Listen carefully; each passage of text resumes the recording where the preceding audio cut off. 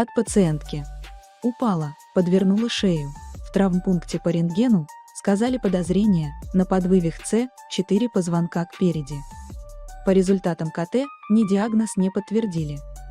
Сильная боль в шее и воротниковой зоне, нарушение подвижности шеи, отек. Прошу подсказать, достаточно ли качественный снимок КТ и есть ли подвывих.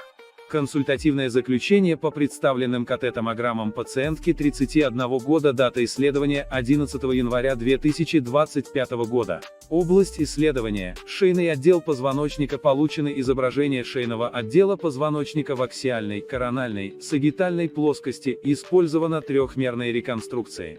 При КТ-исследовании шейного отдела позвоночника определяются умеренно выраженные дегенеративно-дистрофические изменения, определяется антилистез тела с 4 до 3 мм, с формированием кифотической деформации с вершиной на этом уровне.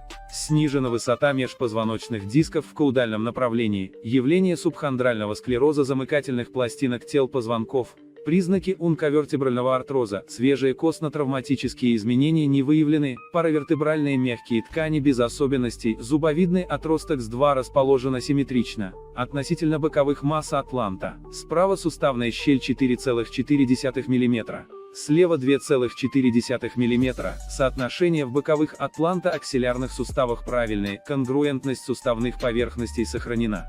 Заключение: КТ-картина умеренно выраженных дегенеративно-дистрофических изменений, кифотической деформации шейного отдела позвоночника, атланто-аксиальной асимметрии, антилистеза с 4 первой степени. Рекомендована консультация невролога, МРТ.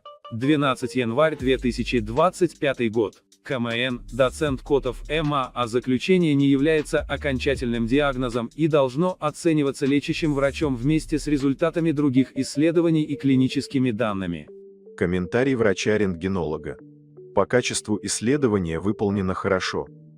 Есть смещение тела С4 кпереди, и по КТ невозможно сказать, это привычное состояние или свежая травма. Тут нужно МРТ делать для оценки наличия трабекулярного отека в телах позвонков. Также есть подвывих между первым и вторым шейными позвонками. Это может давать боли, неудобства. Вам нужно к неврологу.